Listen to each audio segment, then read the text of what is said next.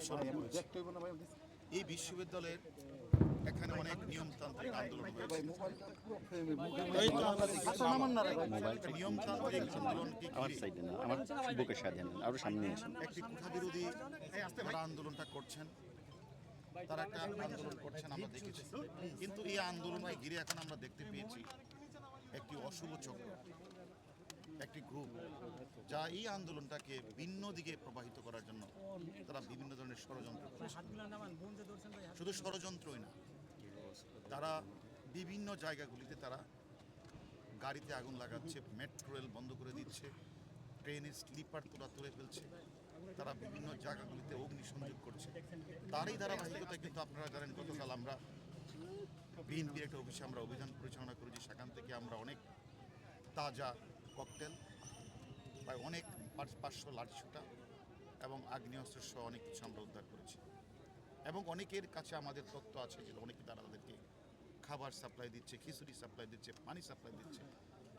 ওই কোমলমতি ছাত্রদের একটা নিয়মতান্ত্রিক আন্দোলনকে তারা ভিন্ন দিকে ধাবিত করার জন্য তারা আপ্রাণ চেষ্টা করেছে।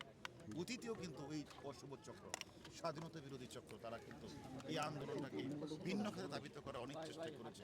কিন্তু আমাদের সবাই কিন্তু আমরা কাজ করে আমরা কিন্তু তাদের সেই অপচেষ্টাকে আমরা কি করতে পারি। কিন্তু এখনো আমরা লক্ষ্য করছি একটি গ্রুপ, একটি চক্র, তারা ভিন্নভাবে তারা অর্থ বিনিয়োগ করে পানি সাপ্লাই দিয়ে তারা সেখানে আগ্নেয়াস্ত্র লাঠিসোঁটা সাপ্লাই করে তারা এই আন্দোলনটাকে তারা ভিন্ন দিকে ধাবিত করার জোর অপচেষ্টা চালাচ্ছে। আমরা তাদের সকলের নাম্বার কিন্তু আমাদের ডিবির জালে আছে। আমরা তাদেরকে গ্রেফতার করার জন্য আমাদের প্রত্যেকটা টিম কিন্তু কাজ করছে। এবং গতকালও আমরা 6-7 জনকে ছাত্রদলের সভাপতি সহ প্রাক্তন সভাপতি আমরা গ্রেফতার করছি।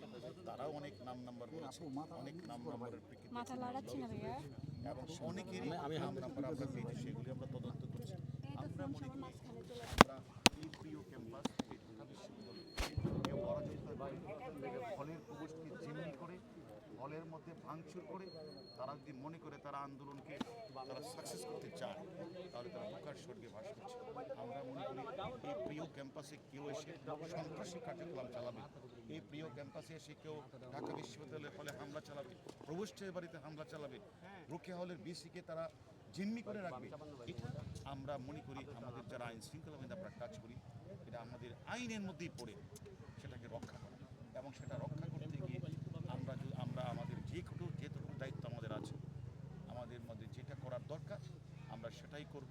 এই বিশ্ববিদ্যালয় ক্যাম্পাসে কে অরাজকতা সৃষ্টি করবে আর আমাদের আইন শৃঙ্খলা বাহিনী আমরা তাকিয়ে দেখব, এটা অতীতে হয় নাই, এখনো হবে না, ভবিষ্যতে হতে দেব না।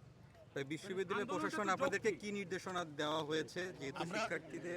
আমরা একটা কথা বলি, অবশ্যই প্রত্যেকটা আন্দোলনে যোগ থাকতে হবে। যেহেতু আমরা মনে করি এই আন্দোলনটা সাধারণ কোমলমতি শিক্ষার্থীরা তারা দাবি করেছিল, দাবির প্রেক্ষিতে তারা হাইকোর্টে একটা তারা রিট করেছে, সুপ্রিম কোর্টের রিটের নির্দেশনার আলোকে 4 সপ্তাহের একটা স্থিতি অবস্থা দিয়েছে। এটা সেখানে আমি মনে করি এটা দ্রুতই এটা নিষ্পত্তি হওয়ার মতো। কিন্তু সেটাকে তো এই আইনটাকে তো আমাদের রেসপেক্ট করা উচিত এবং মহামান্য সুপ্রিম কোর্টের রায়কে আমাদের রেসপেক্ট করা উচিত। এটা না করে আমার বিশ্বাস কোমলমতি ঢাকা বিশ্ববিদ্যালয়ের ছাত্রছাত্রীরা কখনোই রেল লাইনে সিপাতো যাবে না, কখনোই তারা প্রেস ক্লাবের গায়ে আগুন লাগাতে যাবে না, বাসের গায়ে আগুন লাগাতে যাবে না। এটা যারা করছে তারা দেখেছি আমরা গতকাল এই জামাত বিরোধী সব চুক্তি তারা 71কে মানে নাই, তাদের গতকাল দেখেছি তাদের আস্ফলন, তারা মিছিল করেছে, তারা মিটিং করেছে, তারা বাসে আগুন লাগিয়েছে, তারা অর্থ রসদ সরবরাহ করছে। আমরা প্রত্যেকের নাম কিন্তু আমরা পেয়েছি। আমরা মনে করি আমরা আইন শৃঙ্খলা বাহিনী কাজ করব, আমরা এদেশের রাষ্ট্রীয় সম্পদ নষ্ট করবে, দেশকে অস্থির করবে এবং তারা তাদের অফিসে বোমা লাঠি রেখে তারা পরবর্তী দিনগুলিতে তারা অরাজকতা সৃষ্টি করে, সেটা তো আসলে আমরা করতে দিতে পারি না। সে কারণেই আমরা ঢাকা বিশ্ববিদ্যালয়ের ক্যাম্পাসে আমরা এসেছি, যাতে এই ক্যাম্পাসে পরিবেশকেও নষ্ট করতে না পারে, সেটা একদিকে আমরা দেখভাল করছি এবং আমাদের আইন শৃঙ্খলা বাহিনী যারা রয়েছে তাদেরকে আমরা